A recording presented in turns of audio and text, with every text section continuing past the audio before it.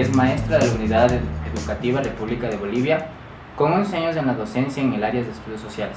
Buenas tardes, doctora. Mucho gusto, jóvenes, y les doy la bienvenida a nuestra unidad educativa. Buenas tardes. Lo que nosotros queremos analizar es la ciudad de Quito. Quito es una ciudad que se fundó el 6 de diciembre de 1534 por Sebastián de Benalcázar, y su independencia es del 10 de septiembre de 1809, siendo así Quito la capital del Ecuador, más conocida como la Carita de Dios. Doctora, ¿nos podría explicar un poco más sobre la historia de Quito? Bueno, con mucho gusto. Es una breve reseña histórica sobre lo que es Quito. Quito, en realidad, fundada el 12 de diciembre de 1534 por Sebastián de Benalcázar, pero se dice que ya se hizo antes de él la fundación en la ciudad de Riobamba, o llamada Liribamba, por Diego de Almagro. Y él ponía en la cédula que se podía traspasar este nombre por segunda ocasión. Y es así como lo hace Sebastián de Benalcázar.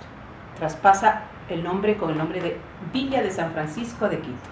Y es así como la funda, por tanto, el 6 de diciembre de 1534. La historia que en esta encierra son personajes, su arte colonial. Entre estos personajes que vamos a destacar, ya cuando se entera el pueblo aborigen, los incas se ubicaban en nuestros territorios, ¿sí? Hasta lo que es actualmente el sur de Colombia.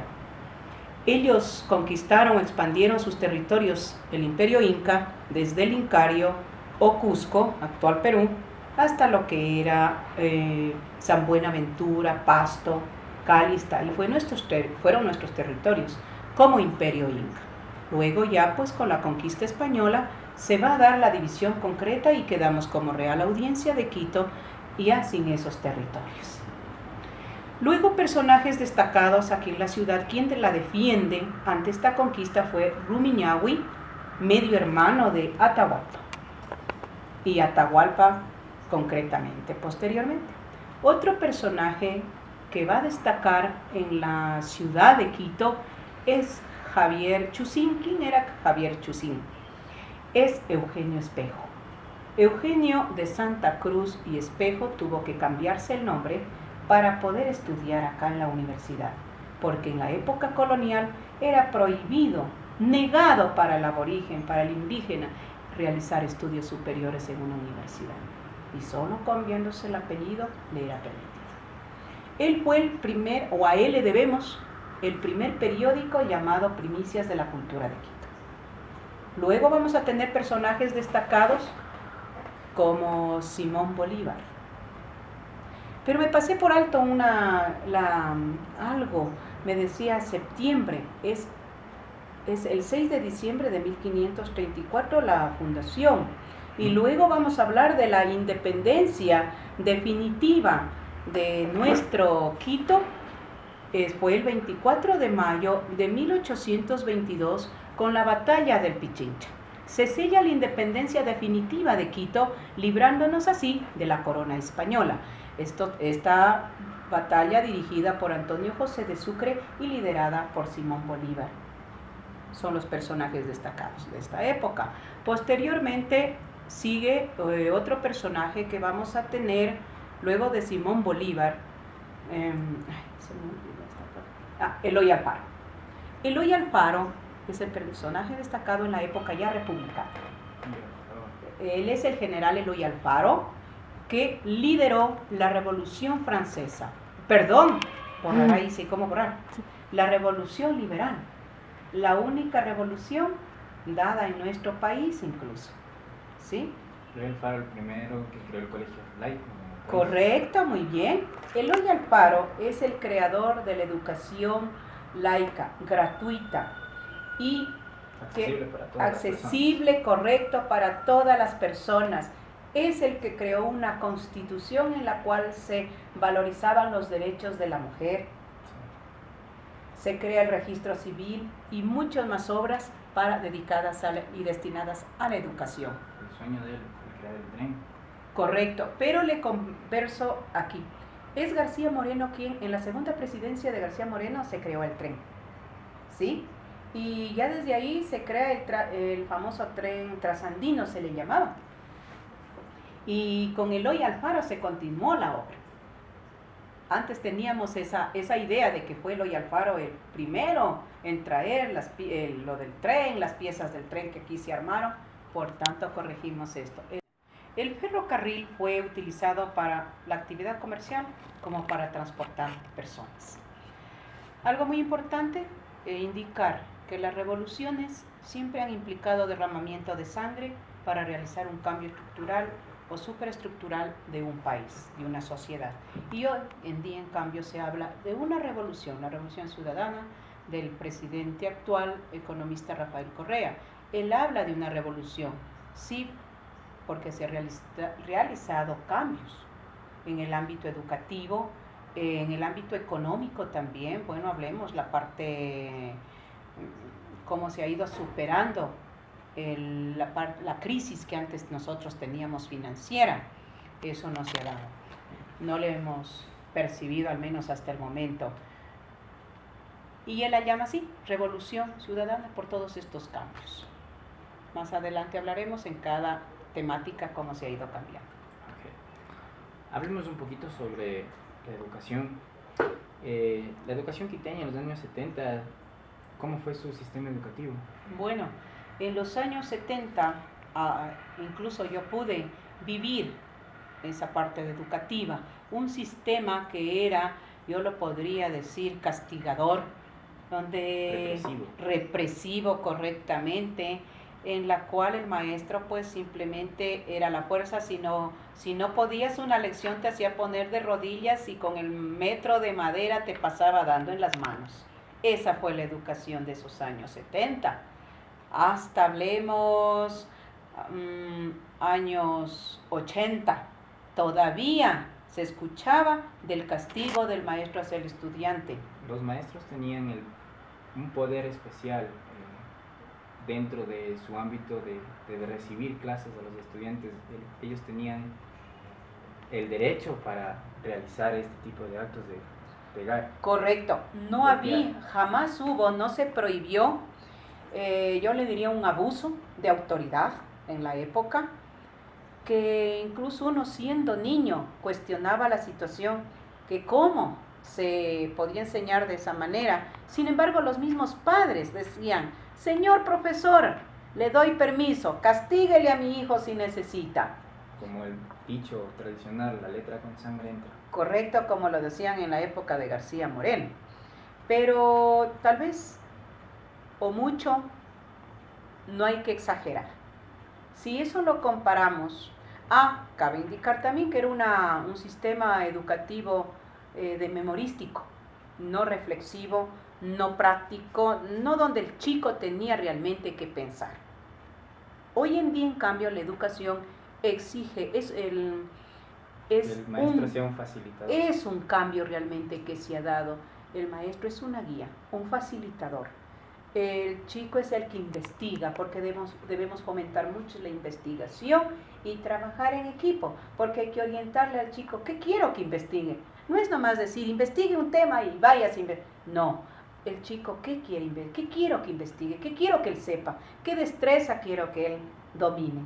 Entonces es una educación donde el chico razona, piensa, se lo hace actuar, no está sentado en la banca. Y no los castigos. Se prohibieron los castigos justamente por esos abusos. En cambio, ahora es un sistema educativo muy permisivo, porque el chico, si quiere, hace deberes, si no quiere, no lo hace. Incumplen mucho las tareas hoy en día, no hacen caso a sus padres. Es un sistema que demasiadas oportunidades está dando. Es demasiado flexible mucho, a los años pasados. Correcto. Yo digo que hay que ser flexible, pero no tanto. Okay. Cambiando un poco de tema del ámbito educativo, pasémonos al ámbito de las viviendas de Quito, de ese Quito antiguo, donde las casas eran de adobe, prácticamente, en su mayoría. ¿Cómo fue ese Quito arquitectónico de los años 70? Hablemos de un Quito que todavía ha quedado esos rezagos, por eso se llama a partir de 1978, a Quito se lo declara Patrimonio Cultural de la Humanidad, declarado por la UNESCO. ¿Para qué? Para preservar estas obras, esas obras arquitectónicas, porque es una mezcla de lo español con lo indígena, porque nosotros, recordarán ustedes algún momento que les habrán hablado sobre nuestra escuela quiteña, de ahí salieron los famosos escultores, pintores, y de eso se va a enriquecer y unir esta cultura de arte colonial, que hasta hoy en día lo podemos observar en el centro histórico, incluso esas casitas de adobe y de techo de teja, con sus balcones. Algo muy característico de las casas. Del Quito antiguo, Sí. Quito colonial, es eso, sus balcones y adornados por geranios, es lo típico de nuestro Quito. En la actualidad podemos ya ver a los sector, urbanizaciones, ya mucho ha crecido la urbanidad, correcto, con conjuntos habitacionales, sector norte, sur, a la periferia de Quito, de la ciudad, pero manteniendo y conservando el centro histórico. Es algo muy importante también. Eso es parte de nuestra cultura. Como ustedes recorren Quito de sur a norte, al pasar los túneles, a la altura de San Roque y las laderas, van a observar unos conjuntos, unas casitas pintadas del mismo color, con un azulito bajo, un rosadito, que eso al amanecer Quito le da un colorido muy hermoso como la aurora mismo. Bueno, la salud en Quito ha sido algo que ha ido creciendo poco a poco, en comparación a los años 70, que primero comencemos con cómo fue ese Quito en el ámbito de la salud, desde los años 70 hasta la actualidad. Bueno, hablar de la salud, muy atrasado estábamos. Mucha gente sí se moría, no eran atendidos rápidamente, con eficacia, por una enfermedad simple, sencilla, de un apéndice, pues se morían, porque no era descubierta a tiempo, no había la facilidad, no había esa apertura. Cuando alguien, un hijo de un padre que trabajaba, que era afiliado, hubiera tenido acceso a un seguro social como lo es el día de hoy, que eso explicaremos más adelante, pero la salud es entonces, si la comparamos hoy en día, los hospitales públicos ya tienen, a estos hospitales tienen acceso muchas personas, y sí el que lo necesita. Sí. Usted nos habla sobre un seguro social. ¿Cómo surgió el seguro social? Y desde el momento en que se inició el seguro social, ¿cómo ha seguido transformando en la ciudadanía quiteña? Muy bien, el seguro social es creado desde la presidencia de Velasco Ibarra. Una obra muy importante porque es justamente el seguro social para proteger al trabajador. Más ser orientado al trabajador, ¿para qué? Protegido en cuanto a la salud, a su estabilidad laboral, a cuando él se jubile, perciba también un sueldo, luego de haber entregado toda su juventud y haber envejecido en ese trabajo. De asegurarlo, que no de un día para otro lo despidan sin motivo, sin razón alguna o causa alguna, donde a la madre, a la embarazada, hoy en día, desde entonces el seguro la protege. La madre que está dada a luz tiene pues su tiempo de descanso, tanto ella como el esposo, para disfrutar del bebé hoy por hoy. El padre también tiene su tiempo de, creo son 8 días de licencia. Sí, tiene la madre, en cambio, su tiempo por 1 año para la lactancia. Entonces, vemos que esas leyes han mejorado en torno al seguro social, brindando esa protección entonces laboral y de salud. Y hoy en día, esta es la sede en sí del gobierno, es el símbolo del gobierno. El momento que un presidente abandona esta casa, que es la máxima casa del país, está abandonando el poder. Ese momento es destituido un presidente. No puede un presidente abandonar. Este es el símbolo de los ecuatorianos y de los quiteños. Y hoy en día hay rumores, que no hay rumores. Cuando hice la visita al palacio, un guía supo indicar, ¿por qué le pregunté? Que por qué se pretende cambiar es decir, la dirección, porque el edificio queda ahí, pero la función del presidente, hacerlo desde el cuartel de Plicachín. Es decir, que la sede ahora la quieren dirigir desde allá porque dice que desde ahí puede gobernar al país. Y no, yo no estoy, por ejemplo, mi opinión como ciudadana y conociendo la historia de mi país, no estoy de acuerdo, porque eso es también un símbolo, una identidad de hacer la democracia desde este palacio. Bueno, hablar un poco de las tradiciones quiteñas. ¿Cómo fueron las tradiciones de la colonia? Bueno, las tradiciones desde la colonia, primero surge por ahí una obra del llamado Romero y Flores, el Chulla quiteño, un personaje típico de Quito, que describe a cómo es el quiteño. Dice que aunque no tenga dinero al bolsillo, con los bolsillos rotos, él siempre elegante hacia afuera, bien internado, su sombrero y su sombrilla, paseaba por las calles y con sus piropos a las señoritas. Así se lo describe al Chulla quiteño, ¿sí? Habían las serenatas, salían los jóvenes a dar serenatas al pie de los balcones, pues cuando pretendían... Algo muy representativo. Muy representativo de Quito, ¿sí? Entonces, lamentablemente se ha ido con el tiempo perdiendo. Hoy en día ya no se escucha una serenata, casi ya no. Centro Histórico no se escucha una serenata, al menos que vayamos a un sitio cerrado hoy en día, ¿sí? Algo tradicional, las famosas colombinas, son unos caramelitos blancos que justamente son fabricadas por, no recuerdo el nombre de la calle en la que queda ubicada la familia que fabrica hoy en día las famosas colombinas o colaciones, que también le llaman, y las famosas mistelas, que era pues las famosas mistelas era el licorcito que lo brindaban en esa época. Al hablar un poco de las fiestas de Quito, algo muy representativo también de la década del 70 fue el denominado chavezazo. ¿Cómo surgió? Bueno, el famoso chavezazo, como el pregón de San Francisco, que hoy en día se llama, para hablar del chavezazo era la gran fiesta, ¿sí? En las fiestas de Quito, muy sonado. Era por las orquestas que colocaban en toda la avenida, porque es grande, pues no, ubicaban sus 3, sus 4 orquestas en toda la avenida Rodrigo de Chávez, y mucha gente, mucho público también, pero que generalmente, bueno, se presentaban artistas, pero la gente le motivaba el baile popular.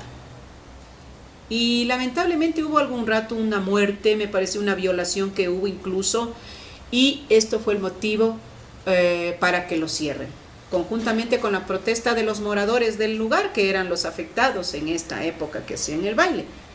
Eso era el famoso chavezazo. Y hoy en día, el año anterior, o sea, hablemos diciembre 2014, se volvió a abrir, pero ya fue una parte cultural muy diferente, resguardado con policía, ya no hubo estos problemas. Un trago que ha sido muy tradicional para los quiteños es el denominado licor paico. Se decía, y alguna vez también un maestro que yo tuve en el colegio decía, que las famosas fiestas de Quito se habían originado por ahí, porque nos decíamos, ¿y por qué festejamos el 6 de diciembre? Porque lo que hacen es los españoles fundarnos, conquistarnos, ¿no? Y festejábamos, y bailábamos, y disfrutábamos. Que eso más vale se debe justamente al lanzamiento de este licor, ¿sí? Y que desde ahí se comienza, pues, a festejar las famosas fiestas de Quito. El carnaval. El carnaval era terrible en Quito. Terrible, tú no podías salir en esos días de carnaval, ¿sí? A quien respetaban, bueno, era una persona ya de edad, ya con sus canitas, pero a uno todavía joven, a una señorita, o les tilaban, abrían los hidrantes, el agua la hacían, lanzaban con baldes de agua por las ventanas de los buses. Entonces, ¿qué hacían? Los buses en la época de carnaval tenían que ir con tablas puestas sobre las ventanas. Así los protegían a los pasajeros, porque si no, no se respetaba nada. Para mí, un salvajismo, porque que te vengan a mojar sin que tú estés involucrado, no es correcto. Hoy en día ya se respeta. Si tú no quieres, pues no, ya no te mojan. Yo estoy de acuerdo que el carnaval debe ser más culturizado y a eso se está tendiendo. Ya en las instituciones educativas, por ejemplo, nosotros no damos espacio para esto. Lo cultural debe ser promoverse el baile, ¿sí? Como por ejemplo lo hacen en el Brasil, pero tampoco se dice estar tomando siempre lo de afuera. Hay que ser autóctonos hasta en el aspecto cultural. Ok, al hablar un poco de este Quito moderno, este Quito con grandes edificios, en comparación a un Quito antiguo de los años 70 en los que la gente era diferente, se vestía diferente, habían otro tipo de costumbres. ¿Qué comparación tenemos con el Quito antiguo al Quito moderno de ahora? Claro, bueno, antiguamente pues se vestía mucho el vestido largo. Las señoras, pasemos de unos 50 años de edad, siempre era el vestido largo, la falda larga más que nada. Una mujer no usaba el pantalón mucho, ¿sí? Ya es a lo moderno que uno ya usa el pantalón. Decían pues que el pantalón era más para el hombre. Hasta en eso se ha tratado de discriminar a la mujer, ¿sí? Era parte de la elegancia de la mujer, el sombrero, el vestido, la sombrilla, guantes y cartera. Eso era lo característico. Hoy en día ya diferente vestimos, sí, ya se viste uno de pantalón, de falda, ya no hay nada de esto, pues sí se cuida de que combine, se cuida, por ejemplo, los que somos todavía tradicionalistas del terno, pero ya hay libertad en el vestuario. Bueno, para concluir nuestra entrevista, hablemos un poco de la delincuencia también, que ha sido algo que ha venido surgiendo quizás en los últimos tiempos o desde los años 70 ha sido evolucionando la delincuencia en la ciudad. Bueno, vamos viendo.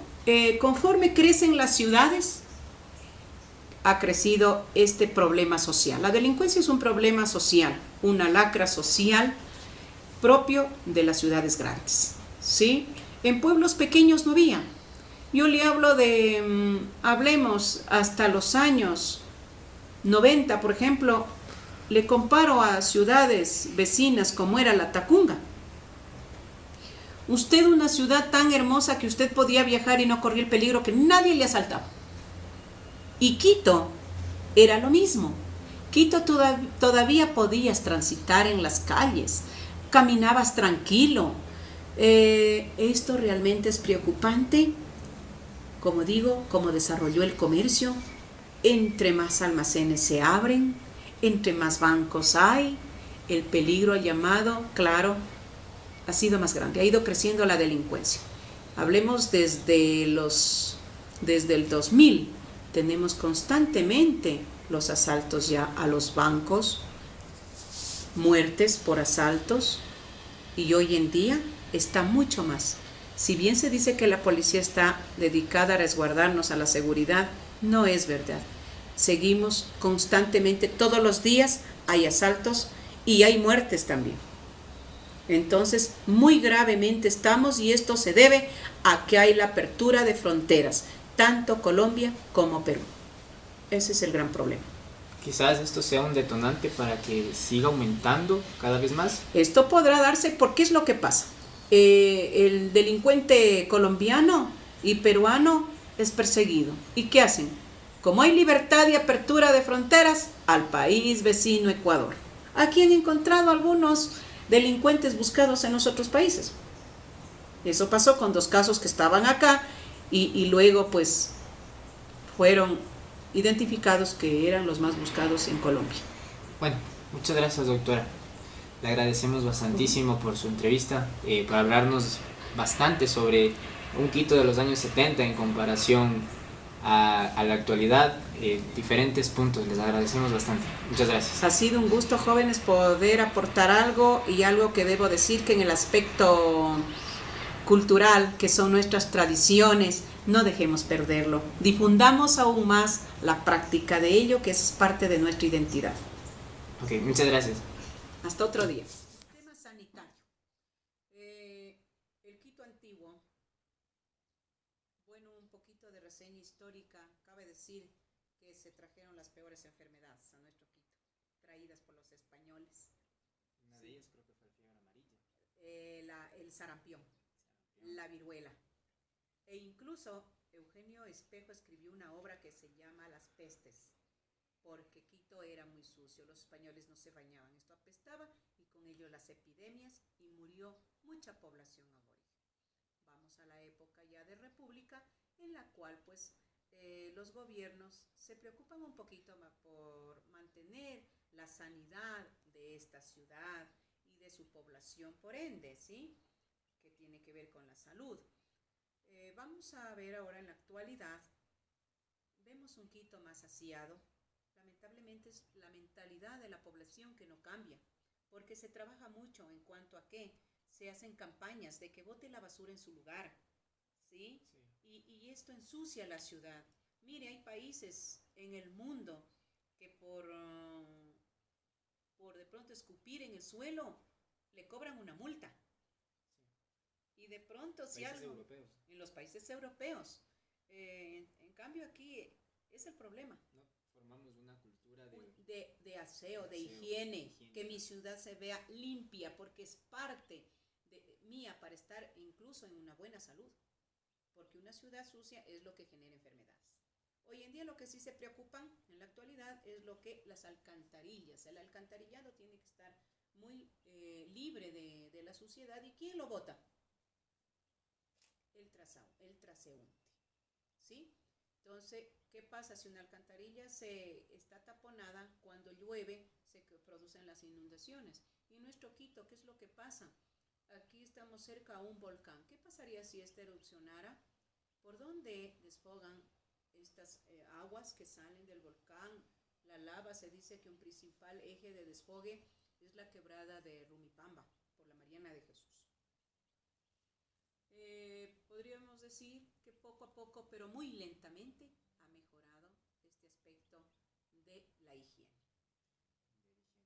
Hablando también un poco de la salud y lo que habíamos conversado sobre la maternidad, algo muy importante que fue de Quito ha sido la maternidad de Isidro Ayora. En realidad, en la antigüedad, en años anteriores, la maternidad fue única. Era el único lugar donde una mujer podía dar a luz. Esto se consideraba antes muy importante para una mujer dar a luz en el Isidro Ayora o en su casa. Correcto. La maternidad de Isidro Ayora se crea con el gobierno, justamente en la presidencia de Isidro Ayora, de Lojano Isidro Ayora. Y se creó esta obra, la maternidad, porque muchas mujeres daban a luz en sus casas y morían dando a luz. Entonces eran máximo atendidas por una partera. Esto no se ha terminado. Hasta hoy en día, pues, siguen dando a luz en comunidades indígenas, generalmente dan a luz, son ayudadas por una partera. Los que viven acá cerca, pues, aledaños a la ciudad, y si vienen de otras provincias, a la maternidad de Isidro Ayora, pero es cuando se han hecho un chequeo, porque la maternidad de Isidro Ayora no es que le recibe, vengan solo a dar a luz, tuvo que haberse hecho algún chequeo, eso con anterioridad, y entonces para que vaya a dar a luz allá y le abren las puertas, eso no se niega nada. Tienen 2 pisos. Hoy en día hay como 105 médicos que atienden. No recuerdo bien el número de enfermeras, ¿sí? Anestesiólogos hay 5, según el dato que investigaba. Una excelente atención de lo que comunican personas que tienen esta experiencia, bien atendidos hasta que el niño sale del lugar. hospital Isidora Llora, que es una maternidad, también ha ido evolucionando con el tiempo, porque en la actualidad existe mayor tipo de tecnología, ha cambiado bastante en este aspecto, pero quisiera que nos dijera, doctora, en los años 70, ¿cómo fue para entrar en este hospital y que sean atendidas con qué facilidad fueron atendidas o era demasiado difícil para entrar? Bueno, no solo el Hospital Eugenio Espejo, muchos hospitales, lamentablemente la burocracia en todo sistema público no era muy bueno. No era muy bueno. No había la agilidad, la rapidez para dar la apertura al paciente que lo necesitaba. Ya cuando estaba muy grave realmente es que lo ingresaban por emergencia. Pero espere un turno a que lo atiendan. Demoraba meses de meses para que le toque, no se diga una cirugía. Y por eso es que muchos pacientes morían, porque no era oportuna la atención médica. Ahora como calidad se ha hablado de excelente calidad, pero hoy en día pues mucho más porque este presidente realmente el actual, sí se ha dedicado a equipar a los hospitales públicos. Tienen una excelente atención, le hacen los exámenes de todo rigor al paciente y vamos a gente que realmente no tiene recursos, no les cuesta nada. Es una salud gratuita. Eso es digno de aplaudir de este presidente, porque realmente vemos que es la obra social que le compete a un presidente.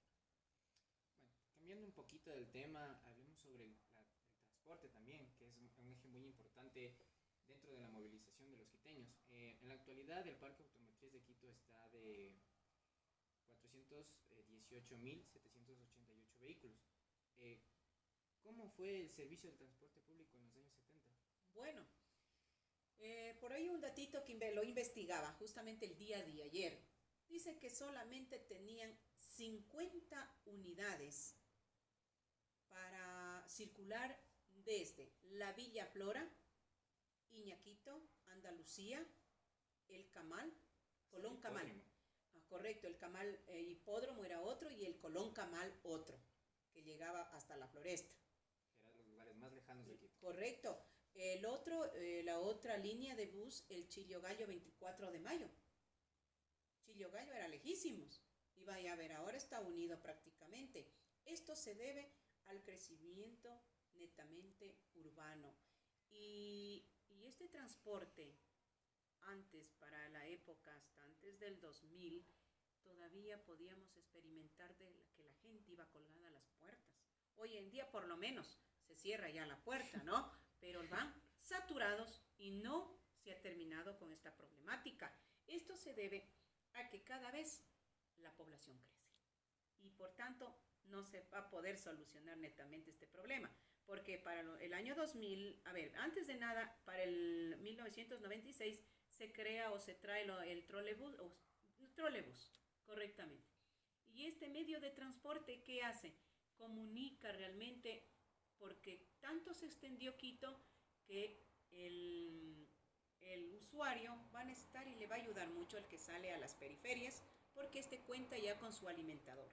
Vamos época ya del 2000, que se crea a sí mismo el Ecovía, buscando que no se contamine tanto a la ciudad. ¿Qué tan importante fue en la década del 70 la vía férrea? Bueno, si el transporte, la línea férrea se le utiliza ver en el 72, 73 como un medio de transporte, pero más vale, ya no con la misma intensidad, diríamos, que en los primeros años que se inició. Aquí más vale va a ser algo como para hacer turismo, no tanto como es la importancia dentro del medio de transporte público o interprovincial, ¿sí? Más vale, yo diría que el ferrocarril recobra su importancia, es hoy en día, porque permite conocer a estas nuevas generaciones y además conocer lo que era este medio de transporte, que estuvo ya relegado, hecho a un lado, abandonado esta obra que fue, bueno, de dos presidentes, como decíamos, tanto de García Moreno como de Eloy Alfaro. Y hoy en día, todo aquel que pueda hacer turismo a través de este medio de transporte. Okay. Hablando un poco de la política, ¿desde qué año comenzó a surgir el boom petrolero? Muy bien, el boom petrolero se da justamente por los años 72. 1972 fue el boom petrolero en la época del gobierno del general Guillermo Rodríguez Lara.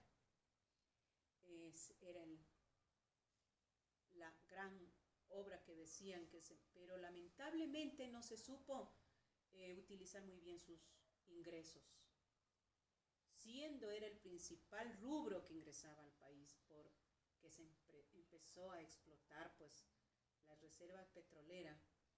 Lamentablemente mucha gente de esa época lo que hizo es despilfarrar el dinero y guardarse lo que más podía, es decir, llevárselo. Hablando un poco de los gobiernos, ¿cuál fue la estabilidad o inestabilidad de los mismos? Muy bien, bueno, retornamos a la democracia, como ustedes lo habrán escuchado o estén también al tanto. Desde 1978 se vuelve a la democracia. Se llama elecciones en el 76 y quien es ganador es el abogado Jaime Roldós Aguilera con su binomio Osvaldo Hurtado, que resultaron los ganadores.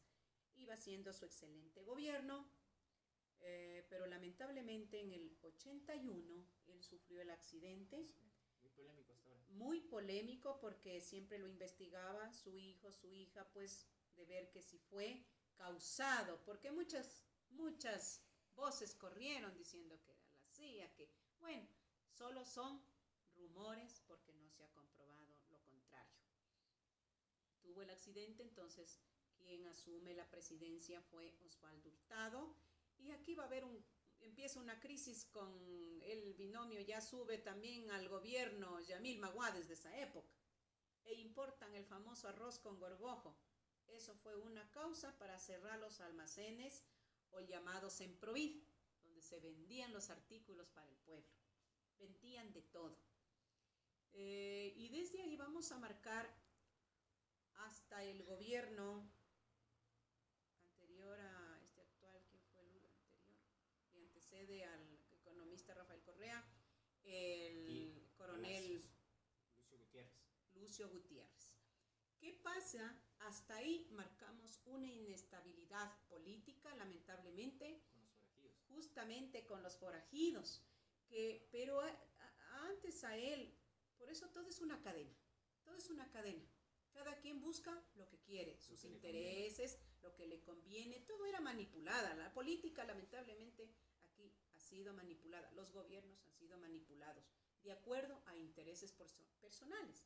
Nada ha sido en beneficio realmente del pueblo. Cuando recordarán, cuando Bucarán, él fue el presidente y que todos le decían el loco y que él no sabe para gobernar. Sin embargo, no estaba tan loco, porque él propuso ya la dolarización en su gobierno cuando estaba en ese entonces a 5 sucres el dólar. Era bastante, nos parecía muy elevado. Sin embargo, no se aprueba, se lo derrocó Abdalá, que parte de esa marcha fui yo también. Me gustaba ser activista, ¿no es cierto?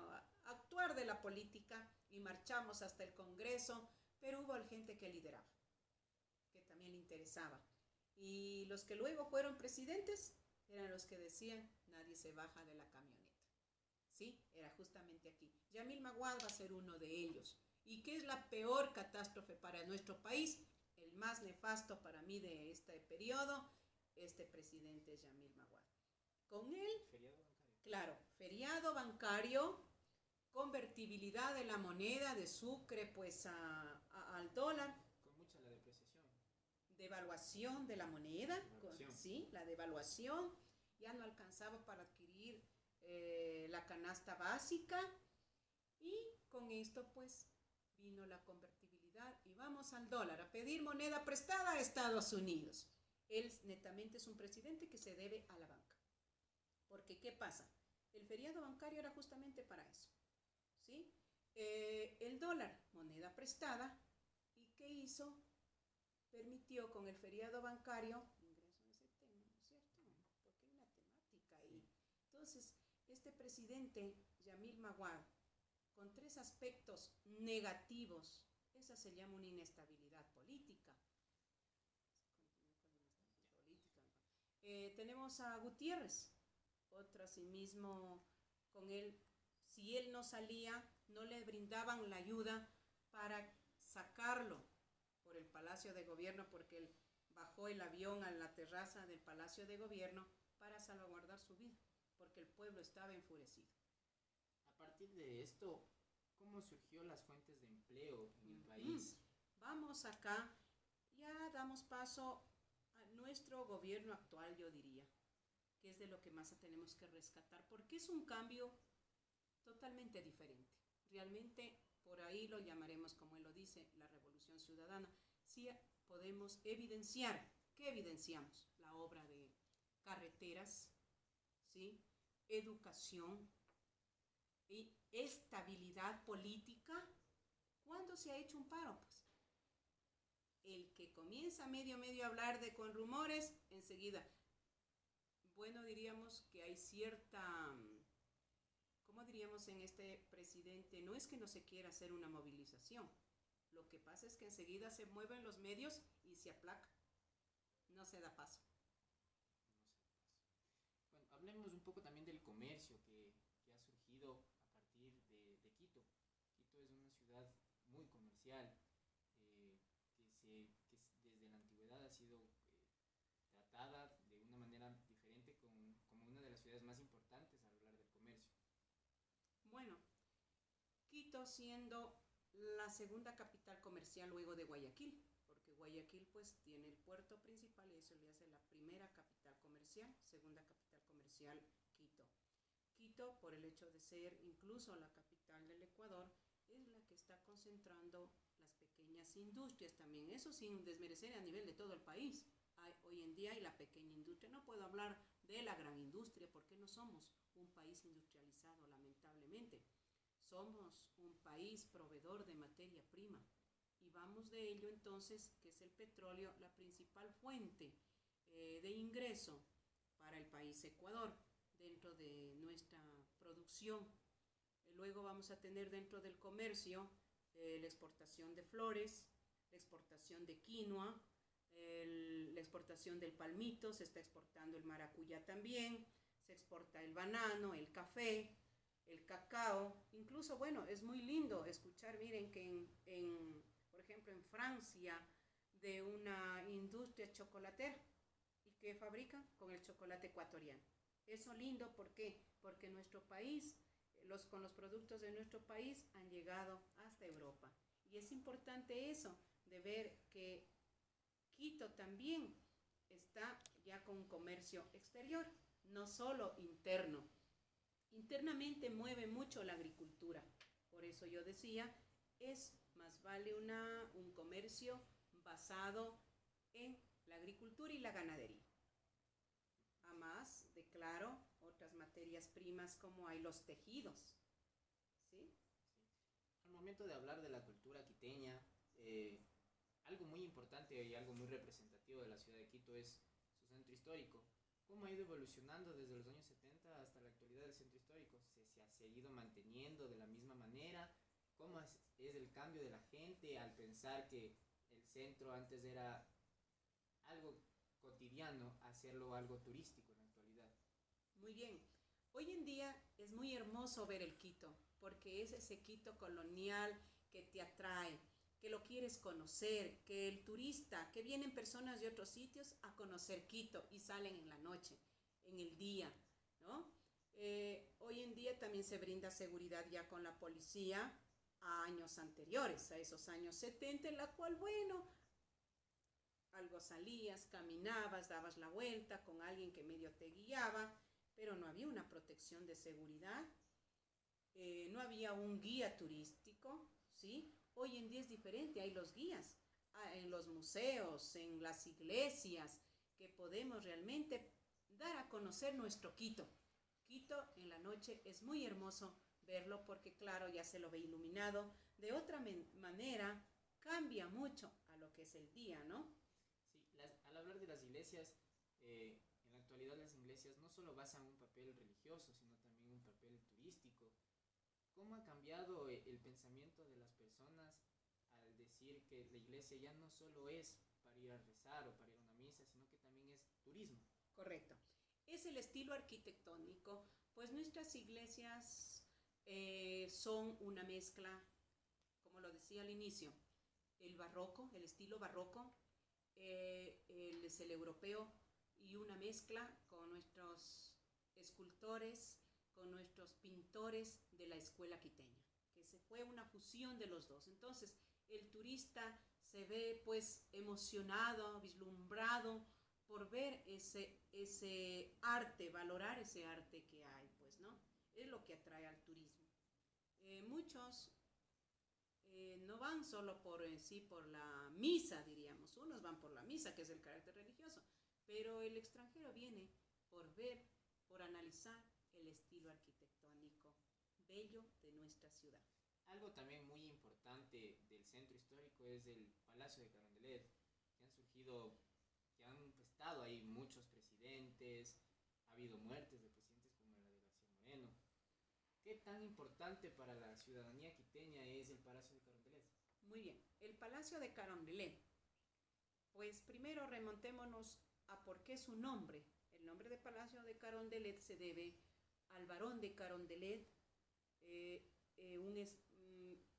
bueno, era de origen belga, sus padres, ¿ya? Dice la historia, y que él se enroló también o prestó servicio militar a los españoles cuando ellos vienen acá. Por tanto, fue un funcionario de los españoles. Y él fue delegado a pasar acá en nuestra audiencia de Quito en ese entonces. Éramos la famosa audiencia, Real Audiencia de Quito. Y él habitó en este palacio. Y por él se debe el nombre del Palacio de Carondelet. Y desde aquí, como era bueno, él fue un hombre muy querido en la Real Audiencia de Quito por sus obras que hizo, es que se deja este nombre. Y este va a ser el Palacio de Gobierno destinado, ¿sí?, a gobernar a la ciudad de Quito y a todo el país Ecuador.